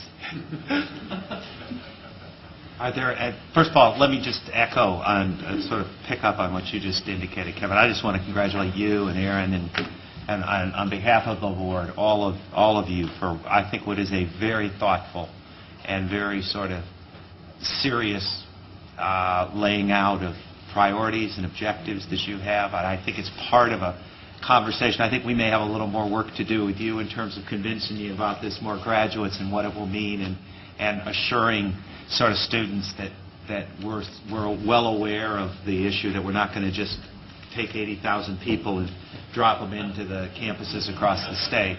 But I think that dialogue and conversation is really important, and I think but also particularly Kevin and Aaron for engaging with representatives in United Council and others. But questions, comments? Yeah.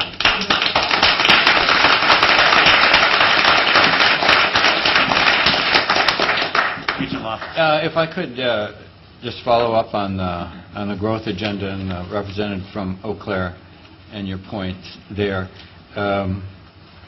In this document, one of the items is that in 2008, 2009, there were 2,027 baccalaureate degrees granted at UW-Eau Claire.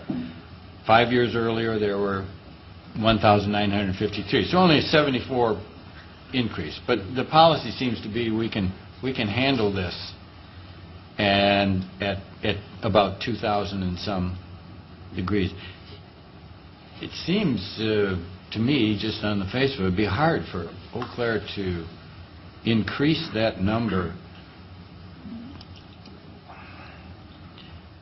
without adding a lot of more students. Because the graduation rate is quite high. What number are we trying to increase, Regional Office? The number of degrees granted. Yeah, number of graduates.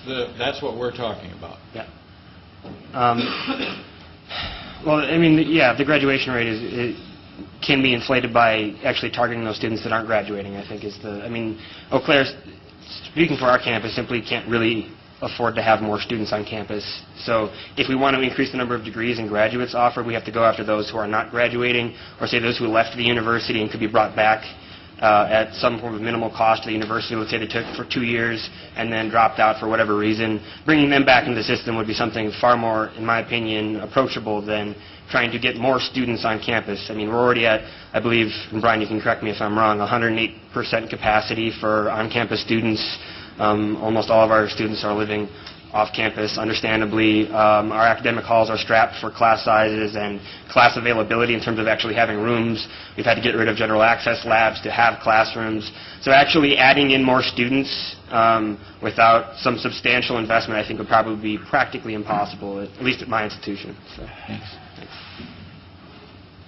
President Riley. I want to add my thanks to President Pruitt to the thoughtful way the student government leadership, United Council, our student regents have gone at this. I think it's a really good set of priorities to work with you on, and I think the more we can work together on all of them, the stronger the voice is, again, down at the state level. So thank you very much for taking, I think, a very responsible approach and look at all this. And back to the colloquy about what does the growth agenda mean. I think we've said all along that we're not going to accomplish this by new enrollment alone. And some campuses have more physical capacity to do some new enrollment. Some have more instructional or staff capacity. There are two different kinds of capacity. In some instances where campuses want to do more enrollment, we'll be asking for more state support to do it. We'll see if we get it. But a lot of this we've said right along from the time we started to meet with campus leadership. It's not just about new enrollment. It's about better graduation, retention of graduation rates, and then it's about a variety of new delivery methods and credentialing protocols. Again, one of the students mentioned going after students who've left the campus and may have a semester or a little more to complete to help them get degrees, more transfer students, more online delivery of courses, more recognition of prior learning to get people to degrees in a different way. So we recognize fully that, it's got to be all of that. It's kind of like the question that Dr. Chaffee asked earlier, which of these resources or ideas are going to have to employ to get to the numbers? And I think I said a lot at that time, where there are going to have to be a lot of different resources employed, different strategies to get to those growth agenda numbers, and it's clearly not just by enrolling more students. Thank you. Did I understand that there will be a follow-up document of some kind, or you're going to put...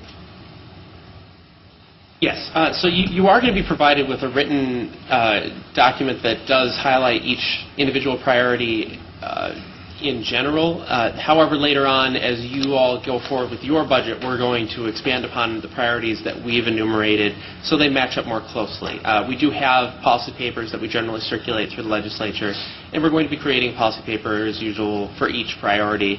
But we want to work closer hand in hand this time. Usually we go our own route, and this time we're definitely working a lot closer with UW system. And on that same note, I would like to mention there's sort of an elephant in the room that we didn't mention, and everyone's probably wondering, why didn't we talk about tuition? And that's all right. It's really okay. Leave the elephant alone. Yeah. Hands up. It's subtle. It's in there. We didn't mention it. But if we get what we asked for, tuition will not skyrocket. And we aren't talking about tuition, but at the same time, we are. If we get what we asked for in this budget, if you send this budget to DOA and they agree with it, which, pigs may fly, but if we get it, tuition will not have to go up. Tuition may even go down under what we asked for, and that's what we want. And if we're all together, you're not going to have students tearing down the hall like you see out in California and Arizona and Puerto Rico. We're in this together, and I think we recognize... Arizona, Tom? Holy cow. Thank you very much. Thank you. Regent Walsh? Could you stay for just a second? I appreciate you reaching out and informing us, where you are and working together. When you do your document and give us your report, it'd be real helpful if we had a good understanding of what you thought the fiscal note was on some of these, so that it would also help us, and I think you, determine your priorities. For instance, if you really want cost to continue, what that cost to continue, plus some of the other items. The other thought I had was that your approach is something that has been mentioned in the past about we're a low tuition, low aid state. You're saying, keep the aid, fill the aid first. If you'd give some thought to, okay, if all that money's there and the aid's there for those that need it, maybe we should raise the tuition for those that can afford it. Now, that's just a philosophy. I'm not suggesting that. But it would be interesting to see what your reaction to that is if you got all this wish list, because as a practical matter, then you really would be identifying those that can pay for it. But whatever you do, make sure you have a fiscal note so that we know we're on the same page, and at the end of the day, we'll all fight to get that money. Right, yeah, and we have approached the legislature and both chairs of Joint Finance about preparing fiscal notes for that, but we kind of need to know where system is about what their costs are going to be before we ask what the cost continues. But we ought to be on the same page as to what these things actually cost, so there's not a misunderstanding. Oh, of course, of course. To address the idea about what was the second part? Well, that's just a thought that if you... Oh, tuition going up. Right. We'd have high tuition then. We have looked at that, and that is also one of the reasons why we didn't mention tuition specifically.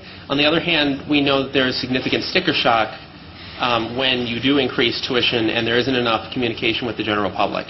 And I think we've seen that in a lot of states where they do have high tuition, high financial aid, and many people, especially traditionally underrepresented communities, opt out of going to college because they don't think they can afford it. And I think we need to really significantly address that concern if we do go to such a model. So if we do address all of those concerns, I think we could get student buy-in, but if we don't, you're still going to see the same arguments being made that tuition should not be going up.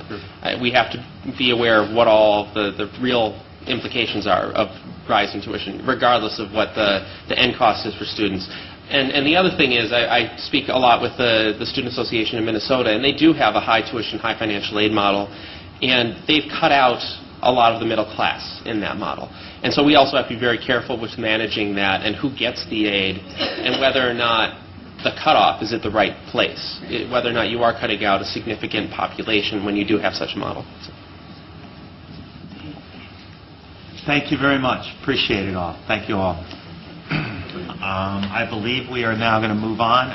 Before I do, Secretary Radu asked me if I would point out that in your packet there is a participant evaluation form from AGB that I'm sure Ellen would appreciate any Regents feedback that you might have, and if you complete those, you will get a gold star and Jane Radu's great appreciation. So you can give those completed forms to her at some point. Let us move on to a report of the Business, Finance, and Audit Committee. Chairman Smith. Speaking of enrollment at UW-Eau Claire, we discussed first the UW-Eau Claire Blue Gold Commitment Expenditure Plan. We heard from the Chancellor, the Provost, and the Student Senate President presented information regarding the expenditure plans for the Blue Gold Commitment. Remember, when we passed this in February, we asked them to come back with a more detailed plan of expenditure. That we had quite a discussion on that. And we heard about the plan this morning. $4.5 million campus expenditure plan includes $2.6 for 6 key areas of high impact practices, $1 million of financial aid, and $0.9 million for 3 areas to enhance academic quality and student success. The committee, I think felt we did achieve some level of specificity that we did not have before when we passed in February, and we passed Resolution 12A. The other item we had was the approval of the UW-Whitewater Food Service contract. That was a contract between UW-Whitewater and Chartwells, effective June 1st, 2010, for a period of 7 years.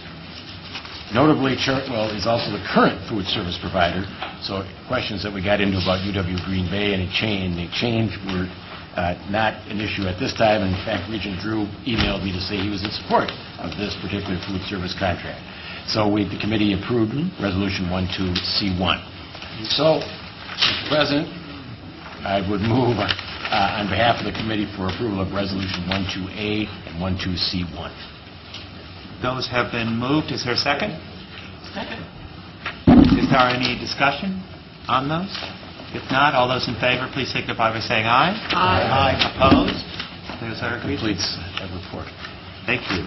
We'll now move to the report of the Capital Planning and Budget Committee. Thank you, Mr. President. The following 3 resolutions were unanimously approved by the Capital Planning and Budget Committee this morning. Resolution 1.3.B, which was brought by UW-Eau Claire, requested authority to purchase a parcel of land of 0.44 acres with improvements, which is located on Roosevelt Avenue in the city of Eau Claire at a cost of $168,500 program revenue cash, which is that amount being the average of 2 appraisals, which is the procedure that we typically follow when we purchase real estate. This property is located between 2 other campus-owned properties, and it will be held for development defined in the current master planning process. The owner of this property was willing to sell the property to us, knowing, of course, that the Board of Regents never invokes condemnation. No, of course not. They don't say that in the cross. By the way, we'd be interested to know that we did close this morning on the property at 740 University Avenue, better known as the Brothers Bar, and we now own that real estate right now. It's still operating as a bar? It is, and we will be leasing it to the Fortney Brothers for a period of 1 year. Yes, I was going to say. I think it's happy hour. Happy hour. Anyway, that's Resolution 1.3.B at Eau Claire. Resolution 1.3.C is brought by UW-Madison, requests authority to construct University Research Park 2, Phase 1 project at an estimated cost of $4,750,000 program revenue supported borrowing.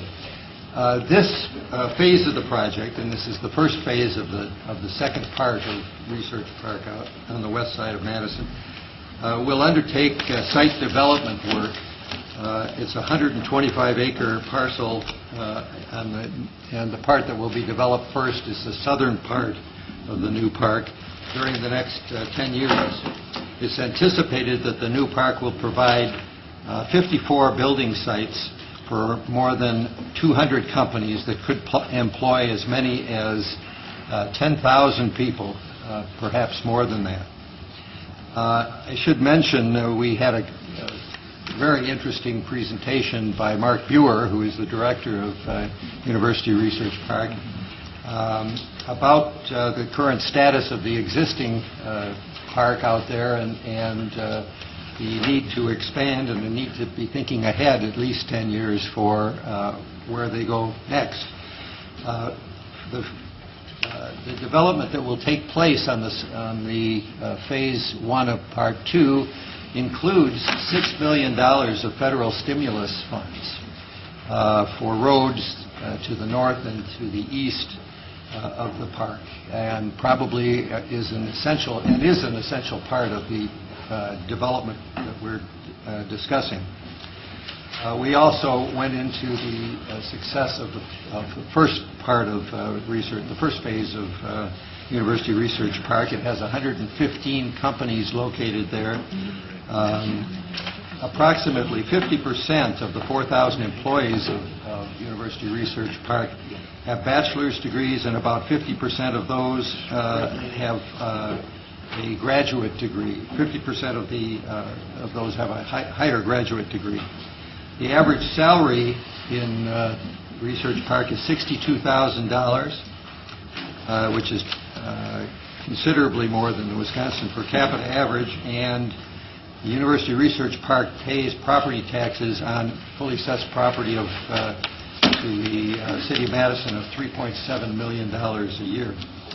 So I think the University of Wisconsin-Madison is and should be justifiably proud of the performance of University Research Park, and the committee praised its 10-year director, Mark Buer, for the performance that he's provided.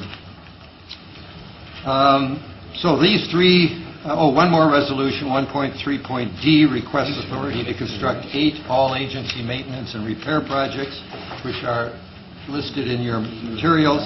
They'll occur on 4 campuses for a total of $18.8 million. These projects will provide utility upgrades, roof and window replacements, and elevator installations. And these 3 resolutions were unanimously approved by the committee, and I move their adoption as a package. Those 3 have been moved. Is there a second? Second. Any discussion, comments, questions? If not, all those in favor, please signify by saying aye. Aye. Opposed, no. They are agreed to. Thank you. A couple of final items. Associate Vice President Miller reported to us that the Building Commission approved about $82 million of projects for us at its April meeting.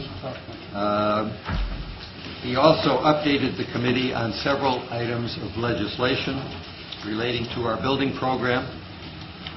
We regret to report that the legislature did not pass our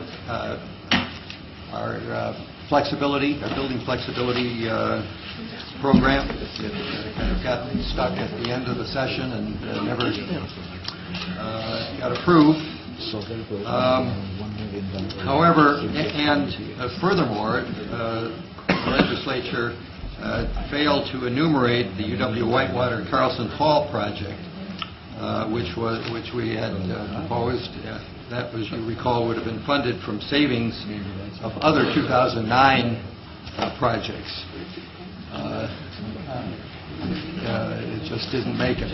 At the end of the session, as you know, there's a flurry of activity, and sometimes things, good pieces of legislation get lost. So it's just a matter of running out of time? Anything in particular? No. To some degree, that's the case. They never run out of time. However, the legislation... I feel like this meeting is moving along. It's falling apart. It's kind of like we become kind of the equivalent of the Phil Donahue talk show. Legislation enumerating 4 projects recommended by the Regents for the UW Milwaukee was passed. One final item regarding legislation that I should mention, I think, because it is important. Senate Bill 616 was passed. It is a bill that, if it were enacted and is signed, would be of a serious detriment to the building program of the University of Wisconsin system. President Riley and President Pruitt have signed a letter which was sent a day or two ago to the governor, asking the governor to veto this law.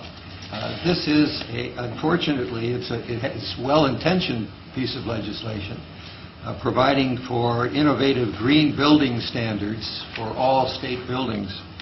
As you recall, UW system accounts for about 65% of all state-owned space, and the UW does support moving forward in adopting green standards, and has done so voluntarily on many of its projects over the last several years. The problem with this bill is that it has consequences that go far beyond, I think, what the drafters and those who voted for it considered and understood. It was passed in 28 working days at the end of the session, at the busiest time of the legislative session. It requires the state to conform to building standards that are set by a non-governmental entity, that is the U.S. Green Building Council.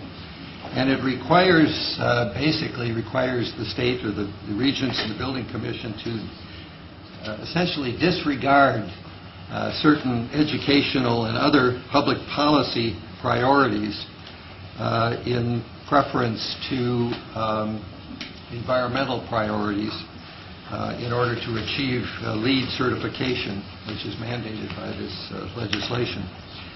I won't go into some of the stringent green details of this legislation, but they are, while they are desirable, they would be very difficult or impossible to meet. For example, if the university has an urgent need to upgrade a fire system, a fire alert system, or electrical service in a building, the project could not be undertaken without meeting all of these standards, and would quickly turn, say, $1 million maintenance project into a $10 million upgrade of the building. There are other examples of that.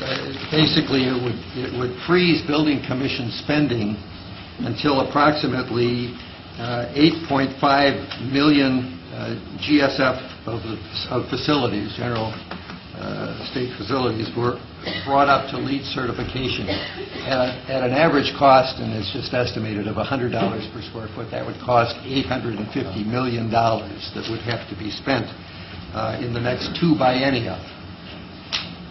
We just could not do that. So it is, the letter to the governor requests that even though we support in concept the establishment of standards, green standards, environmental standards for building projects, it would throw our building process into complete disarray, and we would not be able to go anywhere. So we're hoping that the governor will give serious consideration to this. We do value, as I've said several times, we do value energy use reduction as a goal.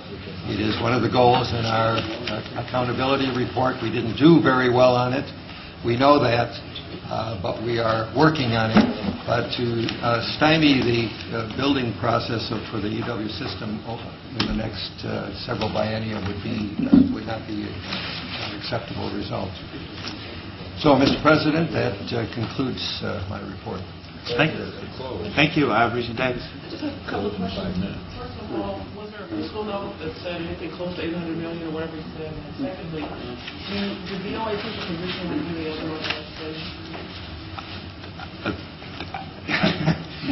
President Pruitt was very much involved. No, I believe that it is my understanding, correct me if I'm wrong, Jeff, that this legislation moved so quickly through the legislature that it skipped some of the more traditional steps, which I think is a deep concern. And I think DOA, as I understand it, is reviewing their position as well, because it was from start to finish 28 days. In the process, for some reason, our flexibilities would have required, which were introduced considerably earlier, took a lot longer than 28 days and didn't have the same outcome. I don't know. Sometimes it just doesn't. We didn't hear about it till the very end. Flexible process. So I think there's still a lot of review going on, and obviously that's why President Riley and I wrote this letter, signed this letter to the governor, asking him to sort of consider all these factors and whether or not it had been completely understood and vetted. Okay. Any other questions? If not, is there any unfinished or additional business to come before the board? Regent Optima. I just have a quick question, actually, because I don't know if I'm going to be sitting here at the June meeting. I'll probably be sitting over there. You'll be sitting somewhere, though. As long as I still have the opportunity to ask questions, I was really just reminded of a request from a student at UW La Crosse to form an ad hoc committee on sustainability. I don't know if you're aware of that, President Riley, but I really felt like, in observing what students are doing right now, there certainly is a good deal of sustainable concern about sustainability among students at this point in time, and I would like to, make a request on behalf of that student that we do form a committee, an ad hoc committee on sustainability, so that we can kind of find out what some of the best practices are going on the different campuses with the sustainability projects and the energy.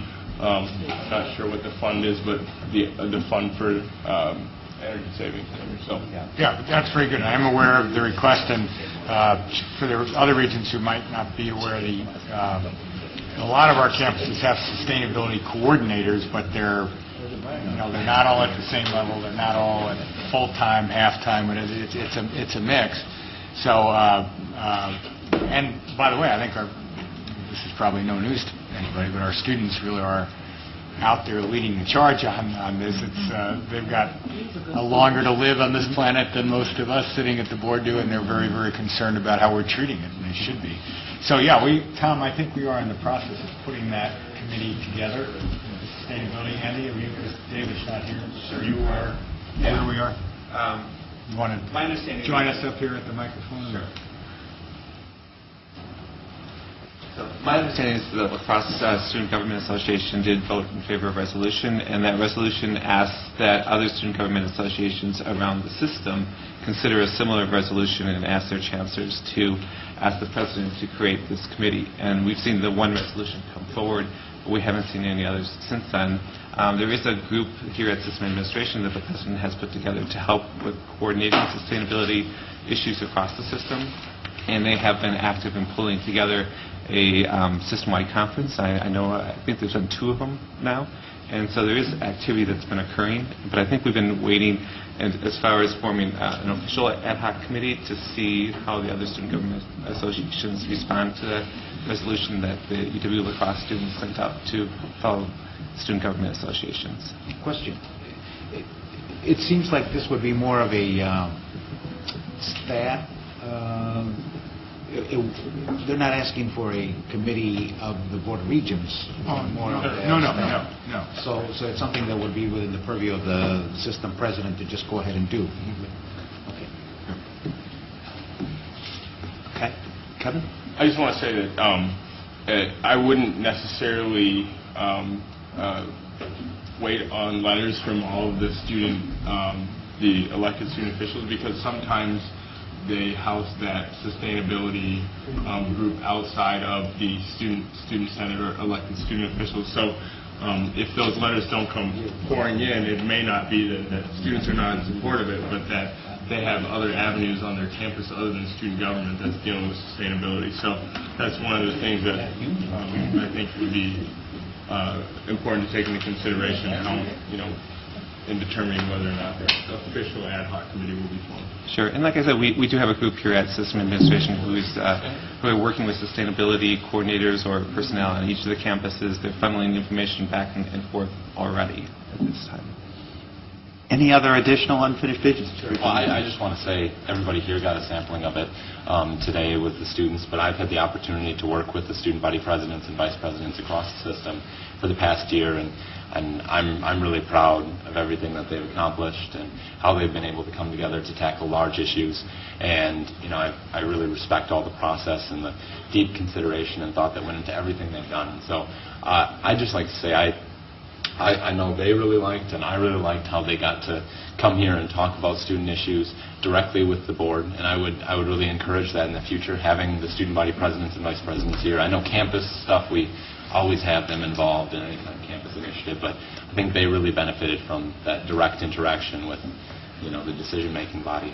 So I'd just like to encourage that in the future. And if you see them, I know I have congratulated them on their efforts and their hard work for very little pay or nothing. If you see them on the campuses you're associated with, make sure you go out of your way to congratulate them as well. So, thank you. Any other? If not, we will take a 10-minute recess, maybe even a little less, if we could get back, and then we will go to consider moving.